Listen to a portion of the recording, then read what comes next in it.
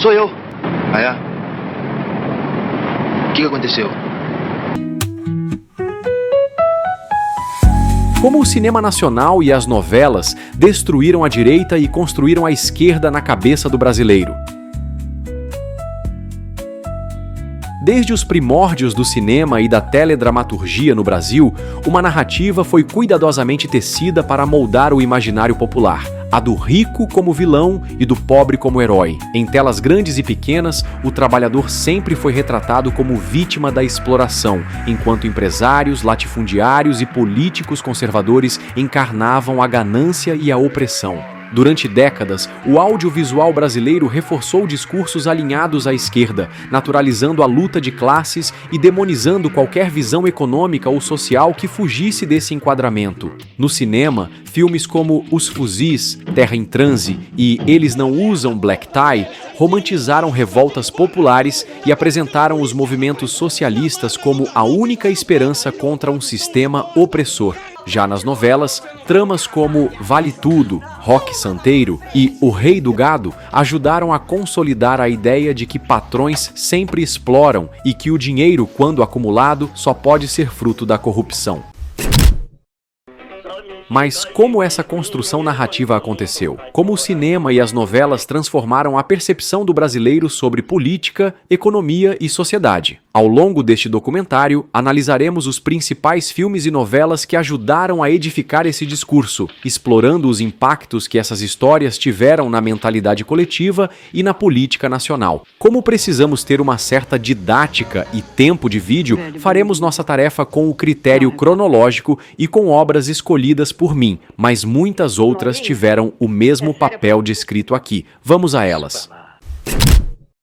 Nos primeiros anos do cinema brasileiro, as produções eram mais focadas na realidade do cotidiano, sem um viés ideológico explícito. Filmes como Os Estranguladores, de 1908, e O Crime dos Banhados, de 1914, traziam narrativas inspiradas em crimes reais, refletindo o interesse popular pelo drama e pelo suspense. Limite, de 1931, de Mário Peixoto, mergulhava em uma estética experimental e filosófica, sem assumir um discurso político claro. Com a chegada do cinema sonoro, o Brasil passou a produzir histórias mais alinhadas ao gosto popular, como O Descobrimento do Brasil, de 1937, e Inocência, de 1946, que retratavam aspectos históricos e culturais sem um posicionamento político marcante. No entanto, a partir da década de 1950, essa neutralidade começou a dar lugar a uma nova forma de narrativa, onde a luta de classes e as denúncias sociais passariam a dominar as telas. Cada um tem que entrar com 50 prata. Que 50? Nós não vamos comprar uma bola de ouro. Eu só dou 20. Eu também. Vocês querem comprar uma bola vagabunda? Assim eu saio do trato. Mas 50 cruzeiros é gaita pra burro. A gente tem que vender pra chuchu. 50? 50 cruzeiros não dá. Do não. realismo ao panfletarismo. Logo mais de tarde, hein? Já sei. Foi nesse contexto que Rio 40 Graus, 1955, de Nelson Pereira dos Santos, inaugurou uma nova fase do cinema nacional, trazendo um retrato realista e crítico da desigualdade social e da dura realidade das classes baixas no Rio de Janeiro. Nesse filme, ele acompanha a rotina de 5 meninos pobres que vendem amendoim para sobreviver, numa abordagem quase documental. Este filme é um marco do cinema novo, e sua exibição foi aproveitada politicamente pelos círculos intelectuais de esquerda, que já dominavam a cultura, as universidades e a mídia. 2 anos depois, Nelson Pereira dos Santos volta à carga com o discurso da repressão da classe alta contra a classe baixa em Rio, Zona Norte. A história é de um compositor de samba que tenta sobreviver no mercado musical, explorado por agentes gananciosos. Nelson Pereira dos Santos dá mais ênfase ao discurso de exploração que a esquerda usou contra o governo estadual, na mão da UDN, partido dito de direita, na época com Carlos Lacerda, um ex-comunista agora anticomunista, uma das poucas vozes com contra o trabalhismo e populismo que governava o país desde Getúlio Vargas e, naquele momento, com Juscelino Kubitschek. A esquerda percebeu que o cinema novo, com seu realismo copiado do neorrealismo italiano de Roberto Rossellini e Vittorio de Sica, talvez até já pensado assim, serviria à causa socialista e investiu nas produções. Em 1962 surge 5 vezes Favela, um projeto produzido pelo Centro Popular de Cultura, CPC, da UNE. O filme é dividido em 5 episódios, cada um dirigido por um cineasta diferente. Quem é o macho aí que não quer pagar aluguel?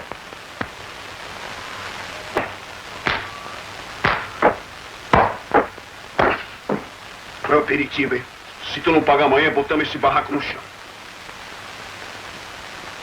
Um Favelado, dirigido por Marcos Farias, conta a história de um trabalhador da favela que se vê obrigado a aceitar um trabalho ilegal para sustentar a família.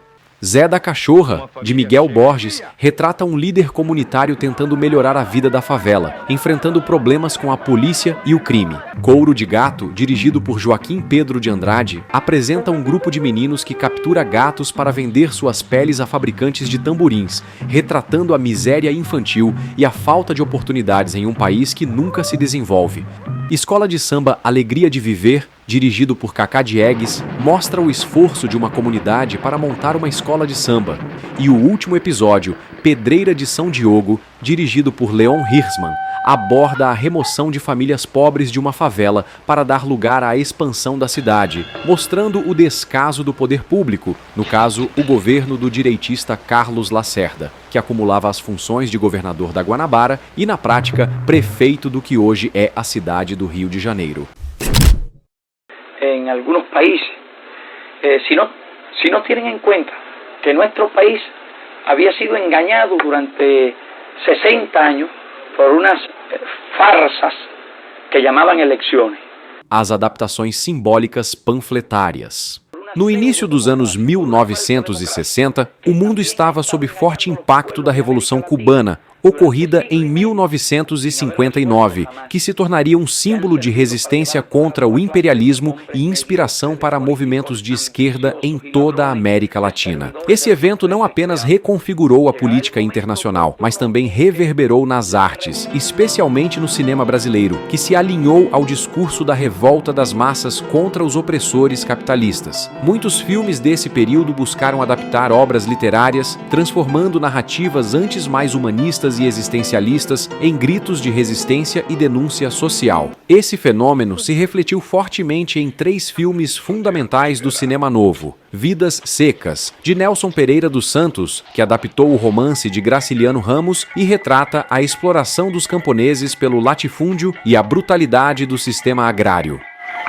Vou levar água também. A família protagonista simboliza a opressão dos trabalhadores rurais. De bala não! Não atire, Mário! Atiro! O outro filme é Os Fuzis, de Rui Guerra, inspirado na peça de Bertolt Brecht, que aprofunda a crítica à ação do Estado burguês na elite agrária contra os camponeses famintos. E o terceiro é A Hora e a Vez de Augusto Matraga, de Roberto Santos, na adaptação de Guimarães Rosa, onde a vingança pessoal e a transformação espiritual se transformam também em uma leitura política, com Augusto Matraga passando a ser um justiceiro resistindo contra os opressores. A luta de classes está novamente presente. Esses 3 filmes, embora baseados em livros anteriores à Revolução Cubana, foram reinterpretados à luz do momento político, transformando dramas humanos em narrativas de luta contra a exploração. Era o cinema nacional começando claramente a moldar a percepção política do brasileiro, inserindo no imaginário coletivo a ideia de que o capitalismo é um sistema intrinsecamente opressor e que a resistência popular é a única resposta possível.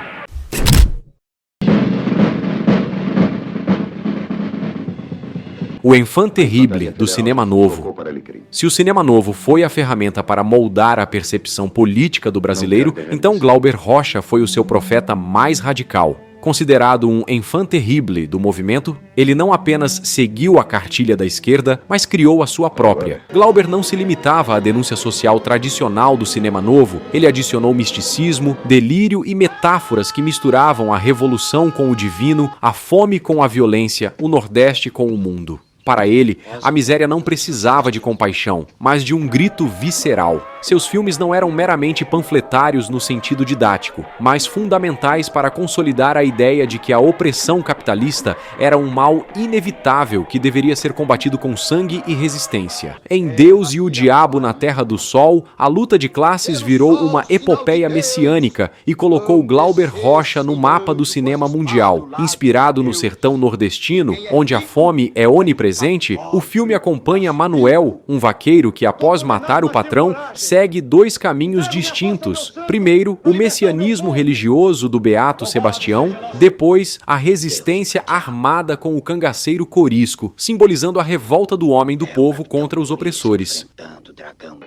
Em Terra em Transe, a elite política e intelectual é a inimiga absoluta.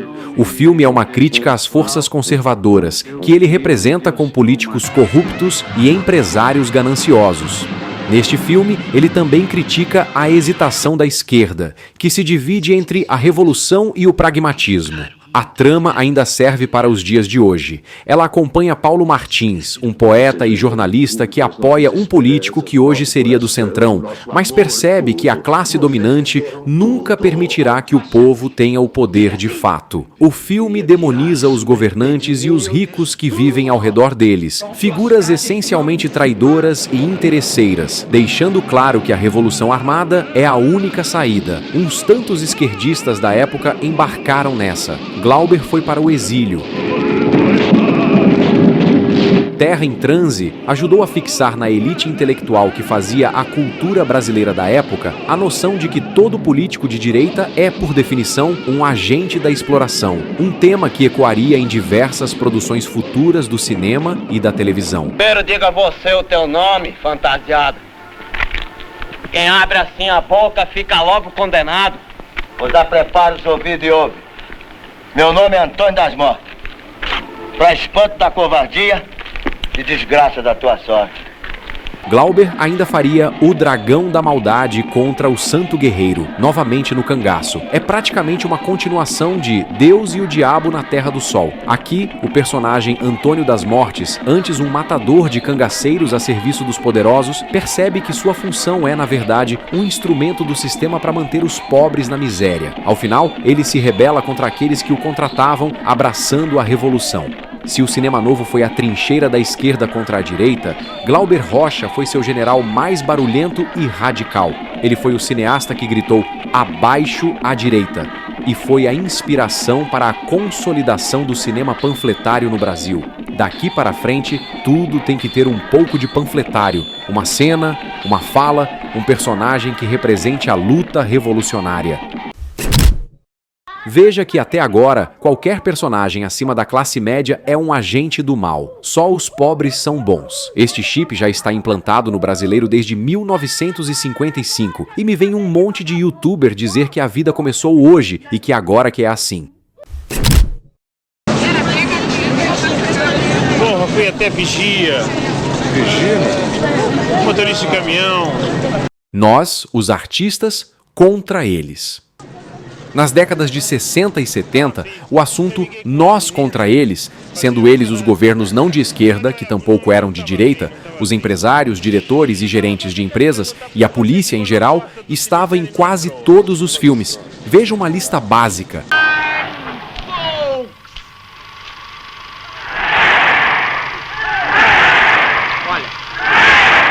Jardim de Guerra, de Neville de Almeida, um filme censurado pela ditadura, que aborda o papel da juventude na resistência ao regime, com um texto abertamente socialista, imitação de Hitler na frente de um outdoor da Coca-Cola e a personagem de Dina Sfat fazendo discurso anti-subversão, mais feminista. Na hora de ser bucha de canhão se consegue a igualdade. Depois essa igualdade é retirada. Em nome de quê? De quem? O Bravo Guerreiro, de Gustavo Dal, narra a ascensão e queda de um político idealista que se vê envolvido na corrupção do sistema, mostrando a impossibilidade de mudança dentro da estrutura política brasileira, o que ainda parece verdade, infelizmente. A Queda, de Rui Guerra e Nelson Xavier, foca em um operário que cai de uma obra, e a empresa mascara o acidente para não pagar a indenização à viúva. Um dos amigos e colega da obra busca provar a queda e obter justiça para a família. Aqui estaria provado como todos os empresários só querem ferrar com os trabalhadores. Quero uma declaração dizendo que o acidente foi na obra e que você vai pagar a indenização até o fim.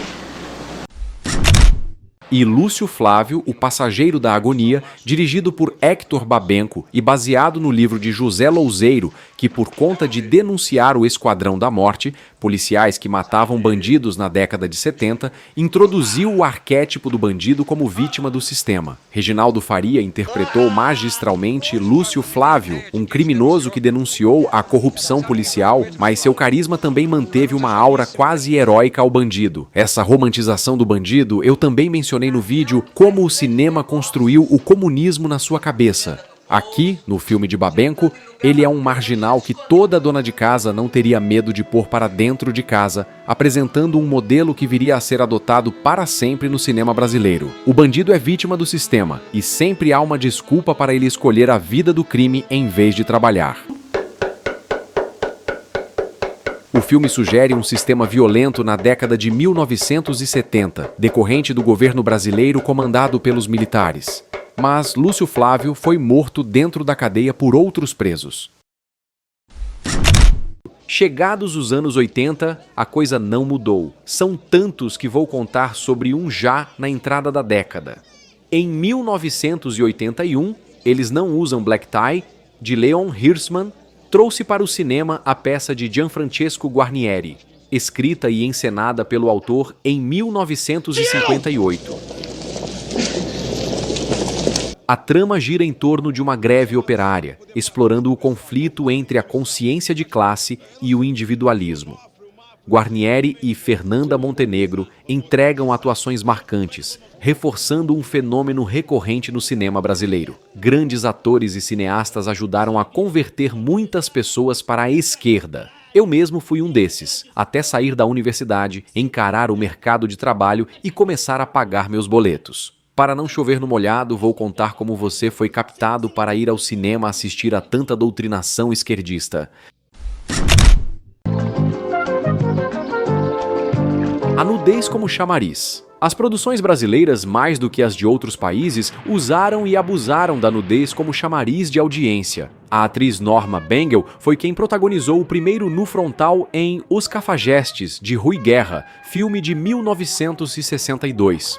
Para muitos cineastas que estavam nessa função pelo entretenimento, servia para chamar a audiência, como eu disse antes, mas para os cineastas engajados, tinha duas funções além dessa: usá-la sob o pretexto de um elemento de transgressão artística ou libertação sexual, tema predileto de toda a mídia adulta dos anos 60 e 70, ou aproveitar para inculcar mensagens políticas e ideológicas em um personagem que a audiência admirava e, portanto, gostaria de imitar. Não falaremos aqui das pornochanchadas, até porque foi um gênero menos ou nada engajado, ainda que algumas produções mantivessem subtextos. O cinema nacional viu a nudez se tornar o principal chamariz de bilheteria e se aproveitou até das obras de Nelson Rodrigues, autor que chamou Marx de uma boa besta. Eu disse a ele, como seriam as mais outras palavras, são as seguintes: que boa besta é o Marx.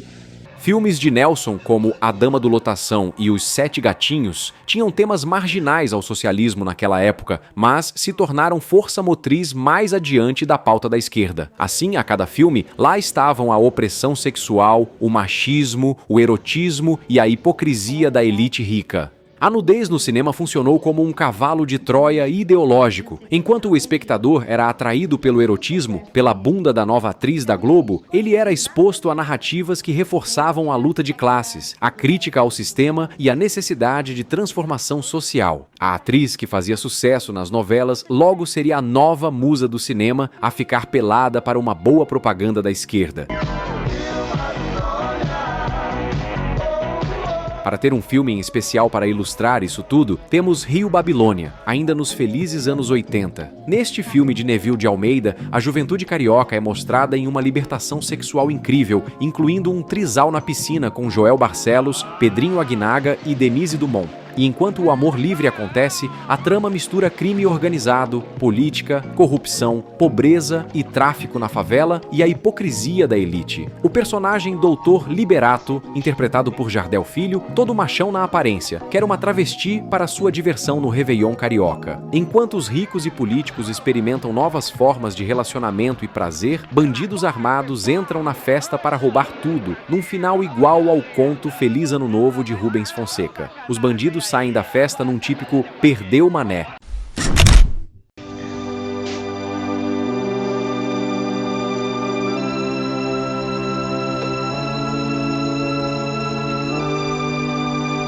A trama romântica como chamariz. O auge das novelas foram os anos 70 e 80, por isso elas entram aqui antes de falarmos de filmes dos anos 90, 2000 e adiante. Assim como a nudez foi usada no cinema para atrair espectadores enquanto promovia discursos políticos, as novelas brasileiras usaram o romance e a emoção como ferramentas para implantar narrativas de luta de classes, crítica à elite e exaltação dos oprimidos. Cada história de amor e cada protagonista apaixonado serviram como veículo para fortalecer essa visão de mundo. A estrutura narrativa das novelas segue um modus operandi eficaz. Criar uma trama romântica envolvente para conquistar o público, estabelecer o embate entre classes sociais, colocando ricos como opressores e pobres como vítimas, consolidar a mensagem ideológica aos poucos, ao longo dos capítulos, até que o espectador a absorva como verdade. A cada produção, novas camadas eram adicionadas à construção do imaginário popular, ajudando a sedimentar a percepção de que o capitalismo e a elite são moralmente falidos, enquanto os trabalhadores e os marginalizados são os verdadeiros heróis da sociedade. Ela nasceu branca e escrava. É difícil. Pertencia a senzala. Essa estrutura foi sempre utilizada, como por exemplo em Escrava Isaura, no romance proibido da escrava branca Isaura, com o cruel Leôncio, reforçando claramente o embate entre opressores e oprimidos. Em Roque Santeiro, de Dias Gomes, que envolvia o público com o romance de Roque, e Porcina, enquanto satirizava elites locais, políticos e igreja, destacando a dignidade popular frente à corrupção dos poderosos. O projeto já está na Câmara, já falei com os deputados amigos meus, a verba já vai ser aprovada. Em Vale Tudo, aprofundando a crítica ao capitalismo, retratando a empresária Odete Reutemann como símbolo da elite sem escrúpulos e contrapondo-a à trabalhadora honesta Raquel, apontando uma corrupção moral dos ricos. E em O Rei do Gado, que romantizou o MST ao retratar o fazendeiro Bruno Mezenga, Antônio Fagundes, aprendendo a simpatizar-se com a causa da sua amada Luana, Patrícia Pilar, uma sem terra. A ideia de que os fazendeiros são exploradores e os trabalhadores rurais, vítimas, estava toda ali. Esqueci que hoje é dia de Iemanjá e que o coronel cultua os orixás. Aqui entre nós eu não acredito em candomblé, isso é bem disso, sabe muito bem disso. Não obstante, como político e como prefeito de todos os sucupiranos, eu tenho que prestigiar todos os cultos, católicos e protestantes, budistas, candomblésistas, né? Mas na verdade eu sou católico apostólico romano, tanto que eu fiz uma promessa para o senhor de Bonfim e vim aqui justamente que é para o vigado me ajudar, né? O Bem Amado, baseada na peça teatral de Dias Gomes, é uma sátira que expõe as contradições da política brasileira. O protagonista, Odorico Paraguaçu, Paulo Gracindo, é um político populista, corrupto e caricato, que governa a fictícia cidade de Sucupira. Odorico representa a figura clássica do político conservador e fisiológico, que usa a retórica vazia e a manipulação do povo para se manter no poder. A Igreja Católica também é atacada. O padre da cidade, um dos principais personagens, não é um símbolo de fé e moralidade, mas um cúmplice do sistema que mantém o povo sob controle. Eu recebi um recado que queria falar comigo, mandou um bilhete. Outras novelas como Beto Rockefeller, Gabriela, O Salvador da Pátria, Pedra sobre Pedra, Porto dos Milagres e Amor de Mãe utilizaram os mesmos esquemas de romances para transmitir mensagens semelhantes. Se as novelas usaram tramas românticas e personagens cativantes para construir o imaginário da luta de classes, as séries e minisséries foram ainda mais longe, dramatizando eventos históricos e explorando o sentimentalismo da nostalgia e da tragédia pessoal para reafirmar um discurso que favorecia a visão de mundo progressista. Cada produção funcionou como uma peça dentro de um quebra-cabeça ideológico. Dentro desse contexto, algumas produções foram mais emblemáticas, mas se acha que estou exagerando, ouça essa ladainha doutrinária. Sobre o quê? Você não sabe, pai? Não fala comigo há 3 dias e não sabe? Pai, você leu Freud, leu Marcuse, 3 dias sem falar comigo? Porque sexo é vida, pai. Esses tabus todos que não vocês me responsabilize disso por um condicionamento que eu não criei. Eu achei assim, eu fui criado assim. Foi criado assim? Você sempre falou que foi criado dentro da ideologia mais reacionária? Que te ensinaram que o pobre tem que se conformar com as condições mais desumanas de vida porque um dia vai ganhar o reino dos céus? Não foi isso que te ensinaram quando você era criança, pai? E que tal essa? Olha, quando você quiser fazer esse teatro de dona de casa feliz, procura outra pessoa, tá? As séries que cito aqui são cheias de frases do sermão progressista. Se você não lembra, é porque a doutrinação pegou. Gastou uma fortuna na operação do vovô. Mês passado acabou com a mixaria que tinha sobrado para emprestar para um amigo e não vai poder pagar nunca. Anos Rebeldes, escrita por Gilberto Braga, apostou no drama romântico e na nostalgia para reescrever a história recente do Brasil. A minissérie acompanha a trajetória de um grupo de jovens durante a ditadura militar e romantiza a militância de esquerda, pintando os guerrilheiros que assaltavam bancos e sequestravam figurões para criar a ditadura do proletariado como heróis idealistas. Na série, João Alfredo representa o conflito entre se submeter ao sistema ou resistir a ele. O personagem de João Alfredo, inicialmente um jovem rebelde, torna-se mais pragmático, enquanto Maria Lúcia, que no início evita o engajamento político, progressivamente adere à militância e se torna uma revolucionária, reforçando a ideia de que a única escolha moralmente aceitável era lutar contra o regime. O impacto da série foi tão forte que, na época de sua exibição, estudantes começaram a pichar muros com a frase "Vote em Maria Lúcia", como se a personagem fosse uma candidata real. A narrativa emocional garantiu que o público não apenas assistisse à história, mas absorvesse seu discurso e se posicionasse ideologicamente. Já, proibido proibir. Eu queria fazer dessa nossa reunião de família um elogio ao afeto. A nossa luta por um mundo mais justo. As ilusões perdidas. Já nos anos 2000, quando o Brasil vivia uma onda de governos de esquerda, a TV Globo lançou Queridos Amigos, uma minissérie escrita por Maria Adelaide Amaral, que funcionou como uma espécie de saudade militante da geração revolucionária dos anos 60 e 70. A trama mostra um grupo de amigos que se reencontra após décadas, relembrando seus tempos de militância contra a ditadura e as perseguições que sofreram. O roteiro segue o padrão das produções anteriores, pintando os ex-militantes como idealistas frustrados e o sistema capitalista como o grande vilão que impediu o progresso social no Brasil. Os ex-revolucionários são humanizados com dramas pessoais e dilemas existenciais, gerando empatia do público. A repressão que sofreram é exaltada como símbolo de resistência, reforçando a ideia de que a direita é naturalmente autoritária e que a esquerda sempre lutou pela liberdade. Ai, rapaz, a sorte grande, viu? Outras produções ajudaram a reforçar o mesmo discurso. Anos Dourados, que na verdade foi o grande sucesso que serviu de base para Anos Rebeldes. Esta série mostrava os anos 50 como um período de repressão moral, preparando o terreno para o levante progressista das décadas seguintes. Você não vai porque não pode abandonar sua mãe mesmo? Ou é aquela camélia? Não diga isso, padre. Eu já lhe prometi que eu não vou chegar mais perto dela. Hilda Furacão criou uma heroína marginalizada que enfrenta o moralismo e a hipocrisia da sociedade. Se as novelas foram o cavalo de Troia diário para moldar mentalidades, as minisséries e séries foram os documentos dramatizados que garantiram que essa visão não apenas ficasse na ficção, mas se consolidasse como verdade histórica na cabeça do brasileiro. 28, 30, 40, 50, 60, caramba. Tá passando tão depressa.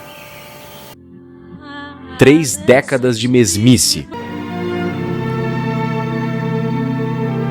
Nos anos 90, o Brasil atravessava um período de transição. A redemocratização ainda era recente, o país lidava com instabilidades econômicas e políticas, e o discurso da esquerda, que já havia dominado as universidades nas décadas anteriores, agora dominava também a cultura e reescrevia a história no imaginário popular. O cinema nacional, que sempre teve um papel fundamental na construção da mentalidade política do brasileiro, se consolidou como veículo de reafirmação da narrativa esquerdista. E assim, a partir dos anos 90, só tivemos a mesmice. A década teve poucos filmes em comparação às anteriores, mas temos exemplos como Terra Estrangeira, de 1995, de Walter Salles e Daniela Thomas, que mostra o impacto da crise econômica sobre a juventude brasileira nos anos 90, com Fernanda Torres e Fernando Alves Pinto no elenco. Coragem, né? Cruzar esse mar há 500 anos atrás. É que eles achavam que o paraíso estava ali, ó. Coitados portugueses. Eu e Fernando vamos pra luta armada. A gente quer saber se você também vai. Estou brincando. Não. E então surge O Que É Isso, Companheiro, de 1997, que veio para romantizar a guerrilha, como Anos Rebeldes, citado um pouco antes. A história é baseada no livro homônimo de Fernando Gabeira, que transforma a luta armada contra a ditadura militar em um ato heróico e necessário. O enredo foca no sequestro do embaixador norte-americano Charles Elbrick, que os guerrilheiros queriam trocar por outros militantes de esquerda já presos. Ao longo do filme, os militantes de esquerda são retratados como jovens idealistas e bem-intencionados, enquanto os militares são agentes da repressão e figuras cruéis e sádicas. Um ano depois, vem Central do Brasil. Dirigido por Walter Salles, este filme se tornou um dos mais aclamados do cinema brasileiro. Sem um discurso político explícito, o filme cumpre o papel de consolidar no imaginário popular que o Brasil é um país de exploradores e explorados e que a única saída para a desigualdade é a transformação social conduzida pela esquerda. Fernanda Montenegro foi indicada ao Oscar pela interpretação de Dora. Não sei. Só sei que foi assim. Talvez Ariano Suassuna até não quisesse isso, mas sua peça, O Alto da Compadecida, caiu como uma luva para o discurso da esquerda. Era anticlerical e apresentava ricos e políticos como exploradores. A maioria dos ricos não são, já quanto aos políticos, há controvérsias. Em 1999, Guel Arraes, um dos magos da TV, transportou a peça para as telonas e foi um sucesso. Agora está feita a segunda parte para tentar fisgar a população de novo, pois a comédia despretensiosa no fundo é um dos retratos mais simbólicos da luta de classes na cultura brasileira e um chicote na reputação de muita gente. Coronéis, padres corruptos e até cangaceiros, muitas vezes feitos de mocinhos, viram os vilões. O filme reforça os principais eixos narrativos da esquerda cultural. O homem do povo é sempre mais astuto e justo do que as elites, que se aproveitam da fé e da submissão da população para manter seu domínio. Não está de todo errado. O errado é que a esquerda está há 30 anos no poder e o Brasil tem os mesmos problemas. E para passar a mão na cabeça de bandido, surgiu em 2003 Carandiru, colocando o sistema penitenciário como ferramenta de opressão social. O filme adapta o livro Estação Carandiru, do médico Drauzio Varela, e reconstrói os eventos que levaram ao massacre do presídio de Carandiru em 1992, onde 111 presos em rebelião acabaram mortos pela polícia militar. Como todo manual do jornalismo ensina, melhor do que dar estatísticas é humanizar as fontes, no caso, os presos, mostrando-os como vítimas de um sistema injusto e cruel. Agora vamos falar de filmes ruins, entre tantos outros que são ditos bons e que até ganharam prêmios nos festivais de esquerda. O primeiro é Amarelo Manga, de Cláudio Assis, uma obra que vai do nada para lugar nenhum, mas que, para compensar a falta de história, recheia a tela com cenas de nudez, sexo e violência. Se houvesse uma categoria nos festivais de rapidez em que aparece nudez na tela, este levaria o prêmio. Tirando os créditos da Lei Rouanet, a mulher sai da cama pelada em 16 segundos. Mas qual a justificativa? Nenhuma, além da obsessão do diretor em ter uma mulher pelada na cena. Não sei explicar direito, mas eu sempre penso em você enquanto eu tô correndo. E ainda temos Deserto Particular, de Ali Muritiba, que supostamente aborda a sexualidade masculina de forma sensível e discute a fluidez de gênero dentro de um drama romântico. Mas, na prática, ele se alinha com a tendência já discutida em como o cinema construiu uma família fluida na sua cabeça. Outro vídeo desta série. E nessa mesma esteira de narrativas que se dizem profundas, mas servem apenas para reforçar um discurso politizado, temos também Peões, de 2004, de Eduardo Coutinho, um documentário que retrata os operários do ABC Paulista envolvidos na fundação do Partido dos Trabalhadores e nas greves dos anos 1980. É mais um filme feito para glorificar o movimento sindical, sem qualquer olhar crítico, mostrando apenas uma versão romantizada da luta operária e da ascensão de Lula. É mais um filho que a gente não sabe nem quem é o pai. Cala a boca! Eu sou pai e mãe de vocês, ouviu?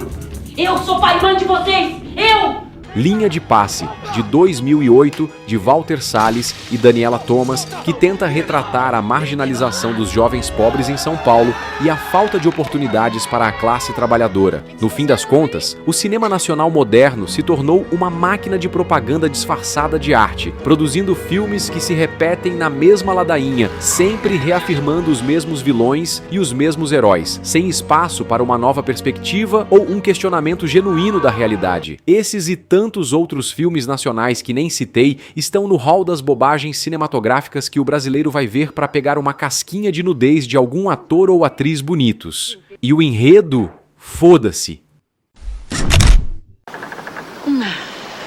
Desmistificando a história. Desta terra eu não quero nem o pó.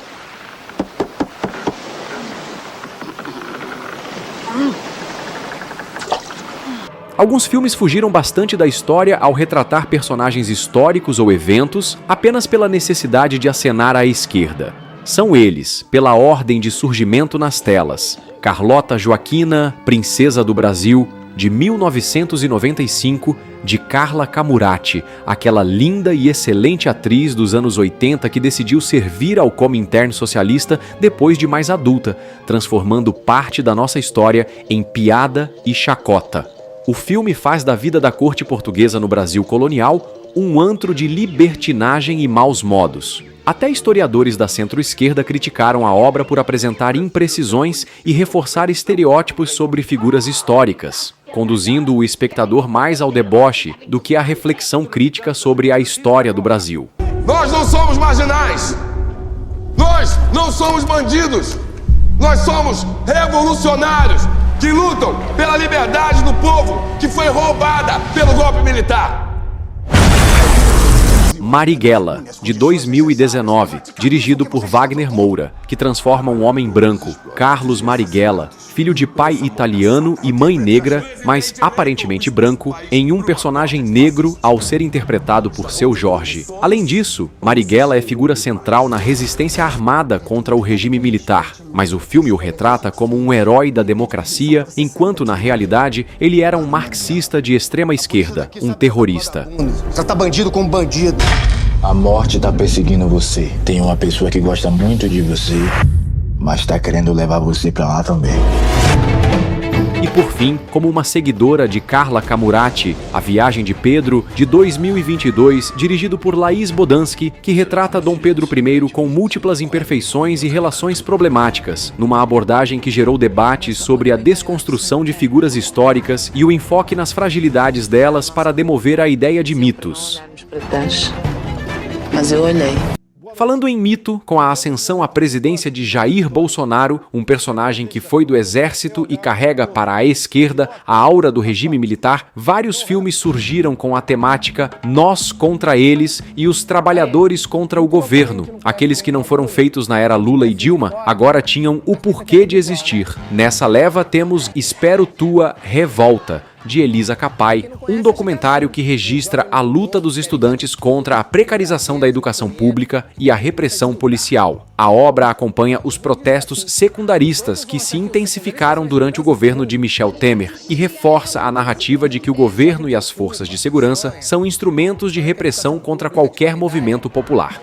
Menos no 8 de janeiro, né? Assim como Anos Rebeldes nos anos 90 exaltou a juventude revolucionária dos tempos da ditadura, Espero Tua Revolta coloca os jovens como herdeiros dessa resistência, reiterando a ideia de que os verdadeiros agentes de mudança sempre vêm da militância estudantil cooptada nas universidades. E na mesma linha de crítica à política de segurança pública de governos de direita, surge Intervenção é Proibido Morrer, de Caio Cobra, um filme que denuncia a violência do Estado contra as favelas e a criminalização da população pobre. Aqui, a polícia é apresentada não como um órgão de proteção, mas como uma força de extermínio de pobres. Uma narrativa que sempre serviu para proteger bandidos e, de certa forma, legitima a decisão do ministro Luiz Roberto Barroso, que proibiu a polícia de subir o morro para combater o crime por causa da Covid-19.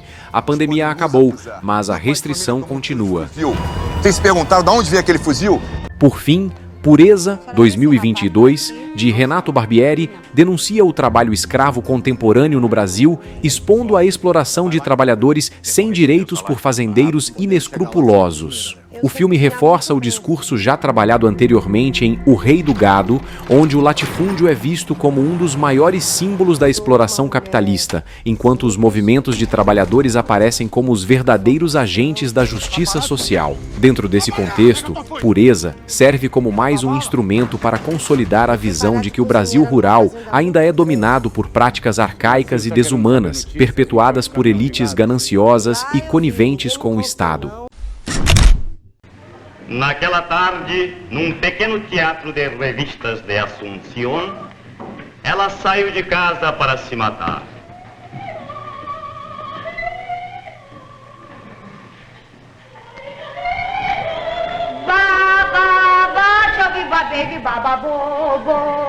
Capicolina, I love you.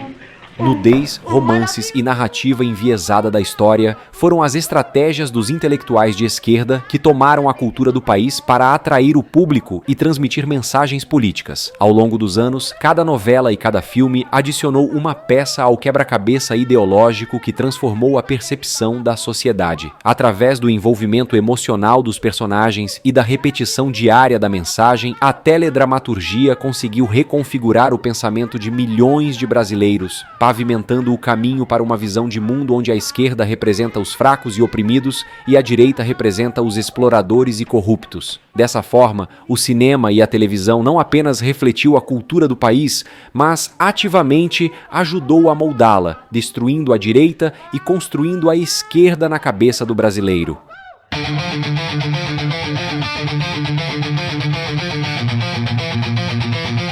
Obrigado por assistir este documentário e não perca os outros desta série. Como o cinema construiu o comunismo na sua cabeça e como o cinema construiu uma família fluida na sua cabeça. Se você quer saber quais filmes nacionais são puro suco de esquerdismo, mas que mesmo assim valem a pena assistir, deixe seu recado nos comentários. Vamos listar aqueles que, independente da ideologia, são bem feitos e impactantes. Quer saber quais são? Comenta aí.